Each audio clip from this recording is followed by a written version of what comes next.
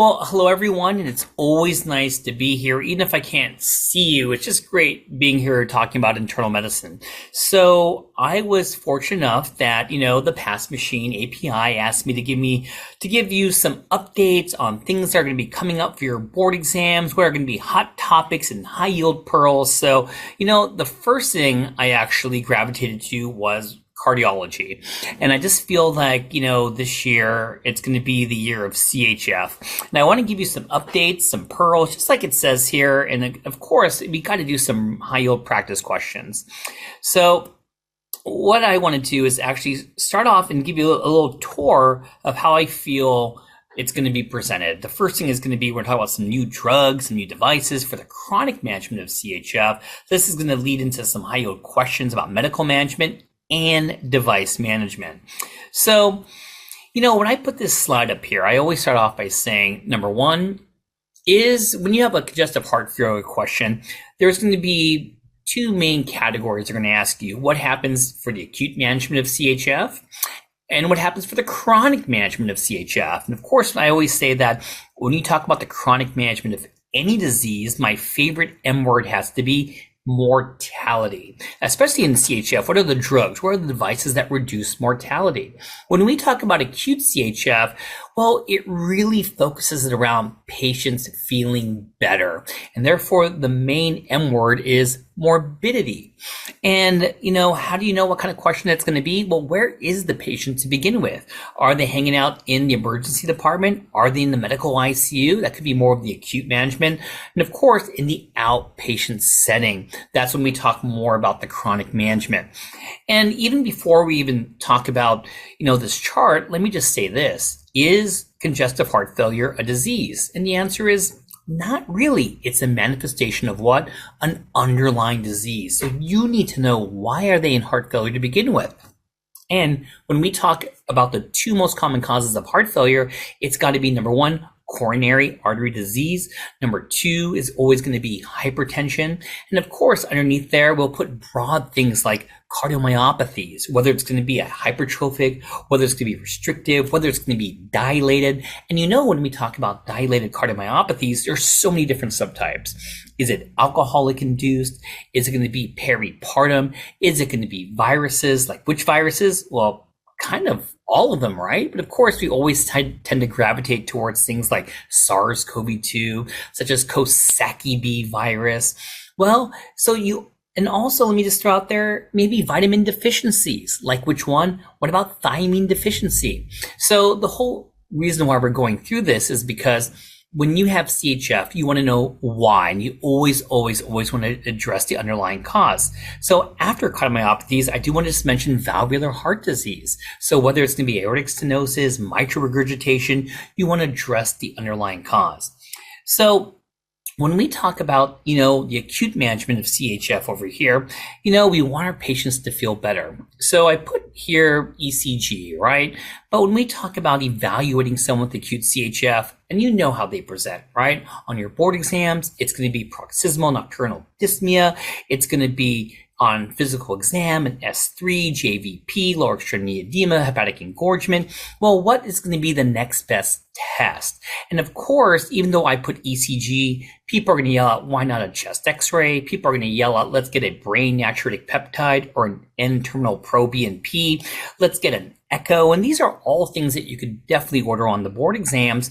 But I put ECG here first because it really changes your management. And I also want to mention that when we talk about ECG, if it shows things such as ST segment elevation MI, of course, you want to treat the MI. If it shows things like arrhythmia, such as atrial fibrillation, you definitely want to address the arrhythmia. But on your boards and in the wards, if someone truly has a CHF exacerbation, the ECG should essentially be unremarkable from the patient's baseline. So how do we make patients feel better? Well, I'll quickly just go over, treating them with medications and devices and things that will affect preload, contractility, and afterload. But I really want to spend a lot of this talk talking about the chronic management. But I always love being complete. So when I hit the next button that says next slide, you're going to see how I treat this, and then we're going to dive deep. So voila.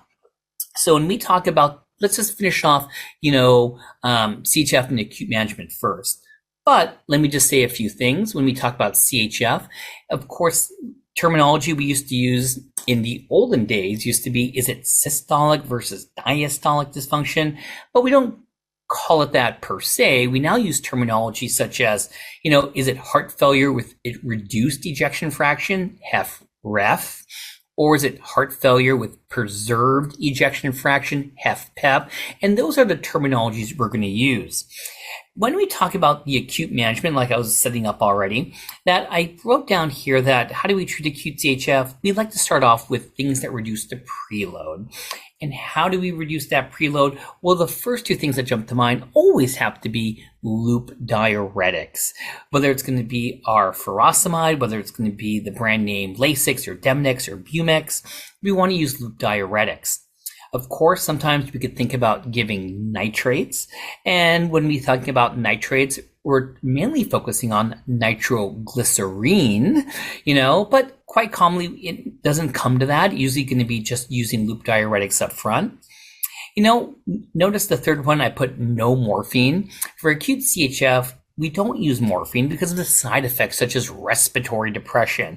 If this talk was about, acute coronary syndrome and pain, sure, but for pure CHF, we don't use morphine. Morphine is a dilator. When you give morphine, it does release histamine, which makes it a dilator. And of course, it tends to be a venodilator. That's why it's on the preload side. Then I put other things here that are not commonly used in acute CHF. Things like nesiritide. And, this is going to be a medication that works in a variety of ways, including mimicking a hormone called atrial natriuretic peptide. And atrial natriuretic peptide, it actually works the opposite of aldosterone, where you actually want to put sodium into urine. And of course, where sodium goes, who follows? Well, water. And we use this sometimes for refractory people with acute CHF. And the last thing I put here is that not everything always has to be a drug. If someone's on non-invasive positive pressure ventilation, such as a CPAP or BPAP, by being on that positive pressure, that's definitely going to reduce the preload. It could help out with the work of breathing. But I just wanted to say reducing the preload makes 80 to 85% of people with acute CHF feel better.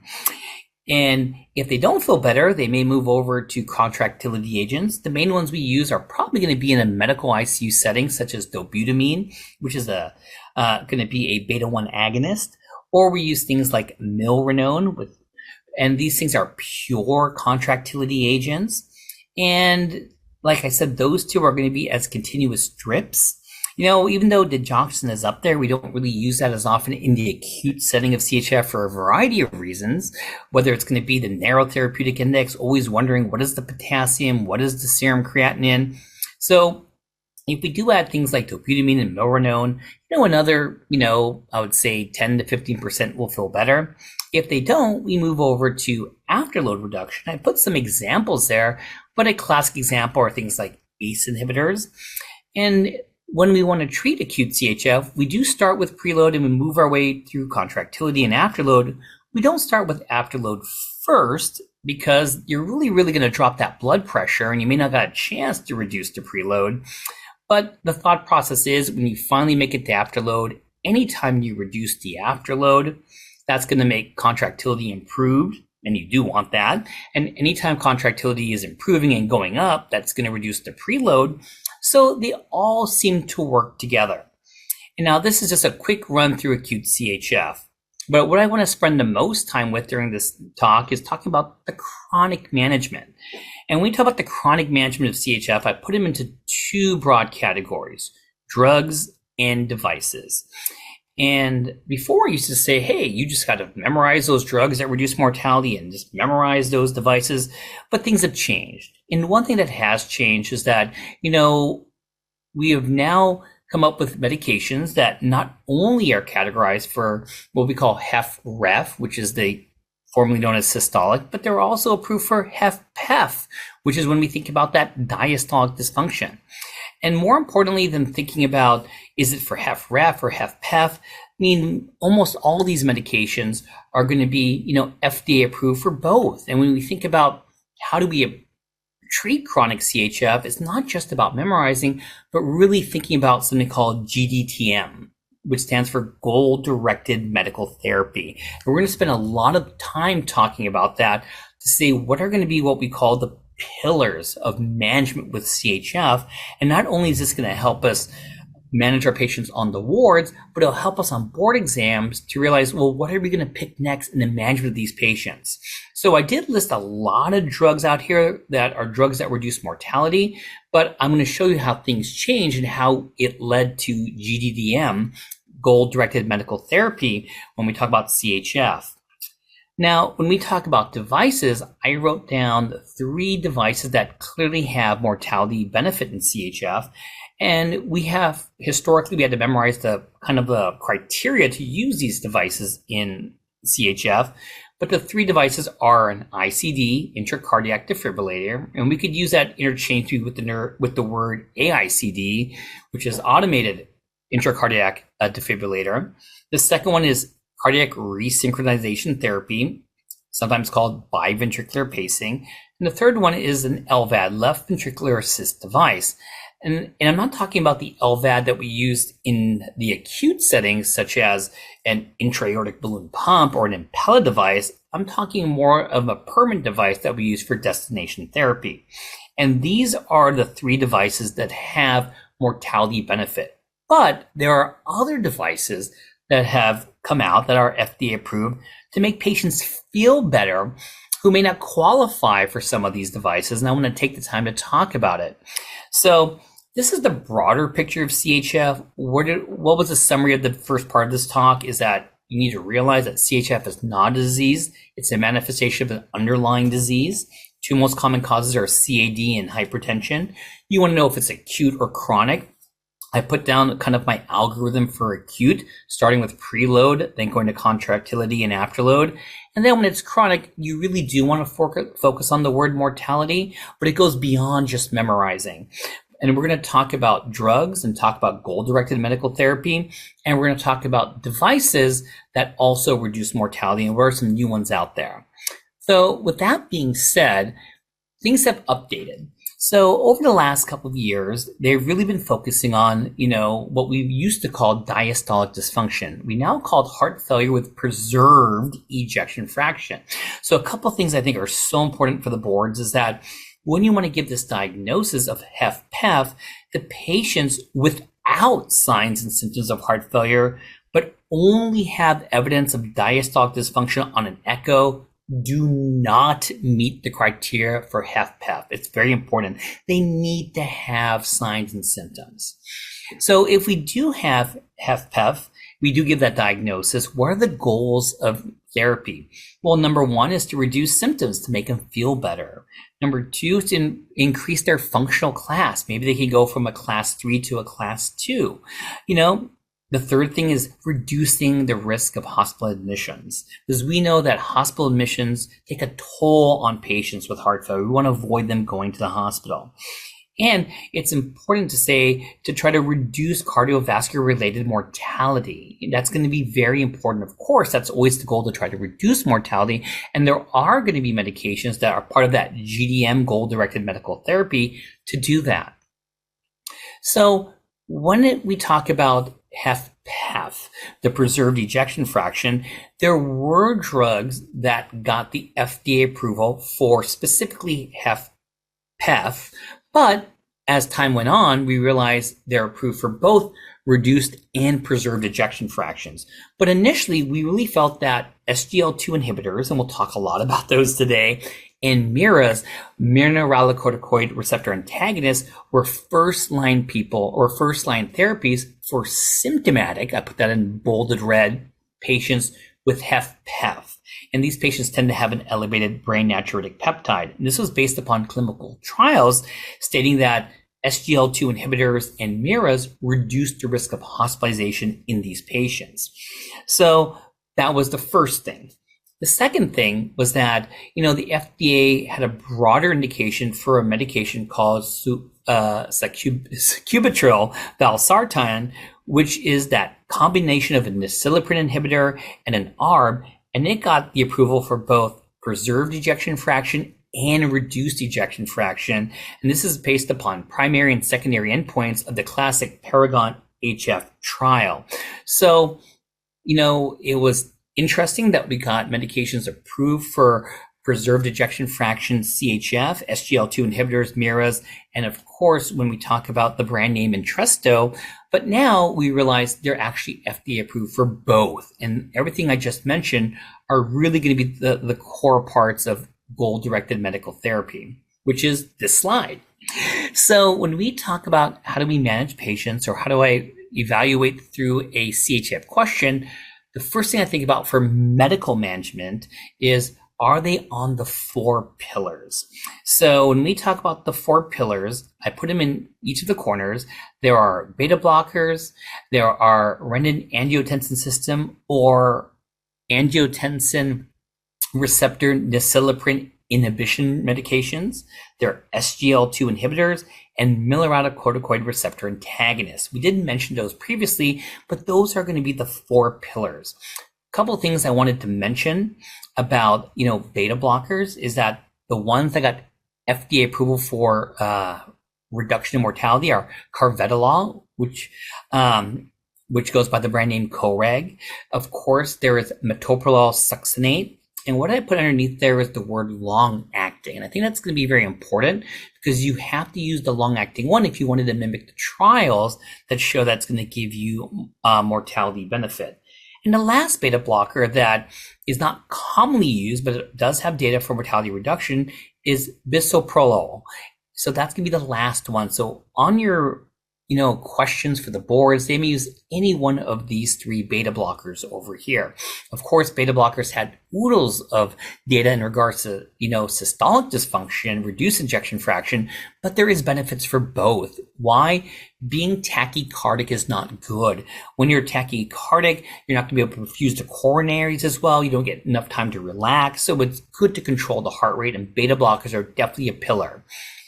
Second pillar is going to be when we talk about the renin-angiotensin system, which are going to be things like ACEs and ARBs. So I put lisinopril, benazepril, ramipril. ARBs are candesartan, losartan.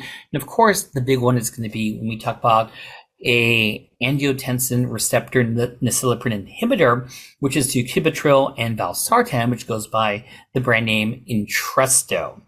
And we're going to talk about, studies out there of how Entresto brand name went against ACE inhibitors and has better mortality data.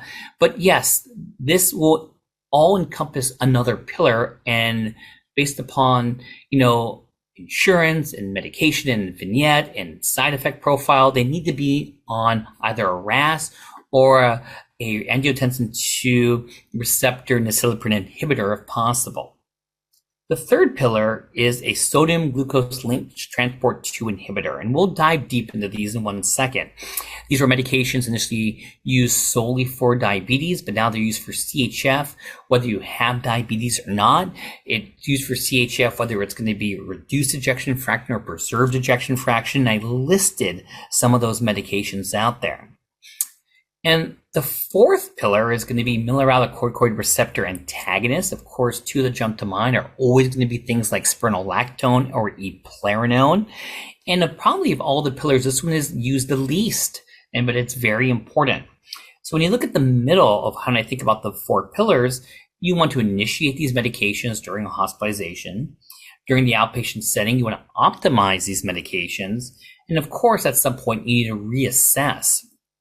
And after they're on the 4 pillars and they're optimized on it, of course, you want to think about additional therapies. And when we think about additional therapies, there are medications that are FDA approved for CHF that also have mortality benefit and survival benefit, but after you're on the 4 pillars. And this includes, when we think about device therapy, are you on the 4 pillars first and maximize medical therapy before we start thinking about a majority of the devices? So it's very important when you look at the board question, always check what medications are they on. What are they missing? And that's probably going to be the right answer on the boards. And we're going to go through lots of examples together. So here it is, GDMT for heart failure. That stands for goal-directed, guideline-directed medical therapy, which, is going to be the foundation. And as you see up here, I put the 4 medications we previously talked about, and I mentioned that when do you consider starting these medications? Of course, on admission, we think more about the renin-angiotensin system. We talked about, things such as a angiotensin 2 acetylcholine inhibitor. Of course, as you're approaching euvolemic, as you're approaching discharge, and they're feeling better, then and only then you can consider things like beta blockers. And then, of course, things that we could add on for the pillars, depending upon their blood pressure and their diuretic use, will definitely include things like MIRAs and SGL2 inhibitors. And when we talk about why we're focusing on GDMT, studies show that GDMT for heart failure is effective and provides a foundation to treat both HFrEF and HFpEF. So I wanted to mention a couple drugs and dive a little deeper on those. The first one I wanted to do was going to be that combination of sacubitril and valsartan. I mentioned already the brand name is Entresto. It's a first-in-class nacilliprin inhibitor. So, of course, the first thing you're going to ask me is, what is nacilliprin and what does it do? Well, nacilliprin is actually, it actually will break down ANP, atrial natriuretic peptide. And of course, if you inhibit nacilliprin, then you get more ANP, which means you get that natriuresis. You'll dump more sodium in the urine. And of course, I mentioned water follows, that it really could help out with volume status. The classic trial that really put on the map was the Paradigm HF study, where Entresto was superior to an ACE inhibitor in a study that went against enalapril. And when we talk about Entresto, it definitely reduced the risk of death from cardiovascular causes and heart failure, and it reduced all-cause mortality, and it went head-to-head against the ACE inhibitor. A couple things, you want to always be careful when you're on the medication in regards to your blood pressure. And probably one of the most important things I want to say is that, if you have a patient who has a known history of angioedema, they cannot be on sacubitril valsartan. They cannot. So remember, history of angioedema with ACEs or ARBs, they cannot be on Entresto. This medication is called ivabradine. I don't know if anyone's heard of it before. This is going to be a medication that really is targeting the heart rate. It got approval for stable angina, but we're talking for its FDA approval for heart failure. And as I mentioned, it's used whether you have systolic or diastolic dysfunction, because being tachycardic is not benefit. You really want to consider this medication in people who have a ejection fraction less than 35%, who have an elevated heart rate, mean greater than 70 beats per minute, despite a maximum tolerated dose of a beta blocker. So how does this medication work? Well, I put a little mechanism of action up here. When we think about, cells in the heart, there are pacemaker cells and non-pacemaker cells. Well, this is a pacemaker cell, and it's showing how it depolarizes. When I want to talk about the phases of depolarization, there's phase 4, phase 0, and phase 3. And of course, this dashed line means you're going to be hitting what's called threshold. So during the early phase 4, there's an opening of what they call sodium funny channels. And of course, those channels are not funny at all. And what does sodium do? It rushes inside the cell, making the resting membrane potential less negative or more positive, and it fires. So what does it do? It inhibits the sodium funny channels. So by doing that, it fires action potentials less, and it lowers the heart rate. And so when I think about ivabradine, well, go back to goal-directed therapy and think about pillars of heart failure. As if they're on their pillars of heart failure and they still have an elevated heart rate, then you would think about putting them on ivabradine.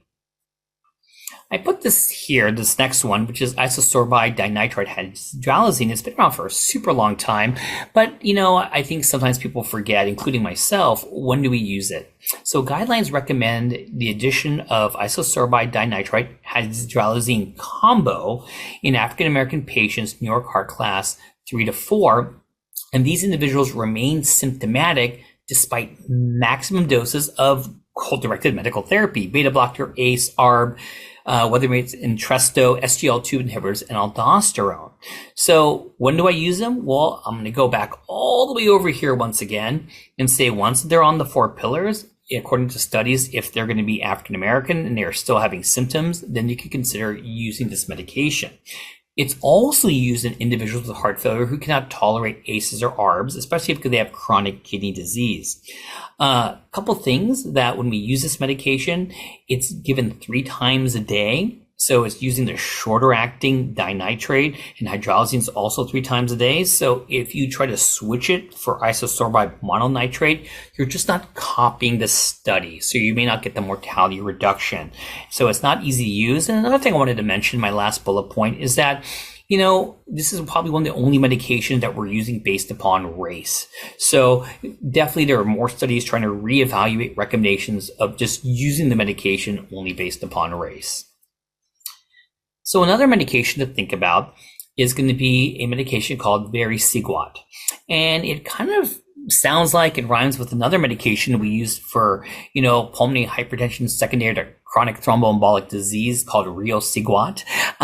They have a very similar mechanism of action. And when do you want to consider this medication? Well, of course, this is going to be a medication that you want to use after the 4 pillars. And this is going to be a medication that will prevent rehospitalization after a patient is discharged.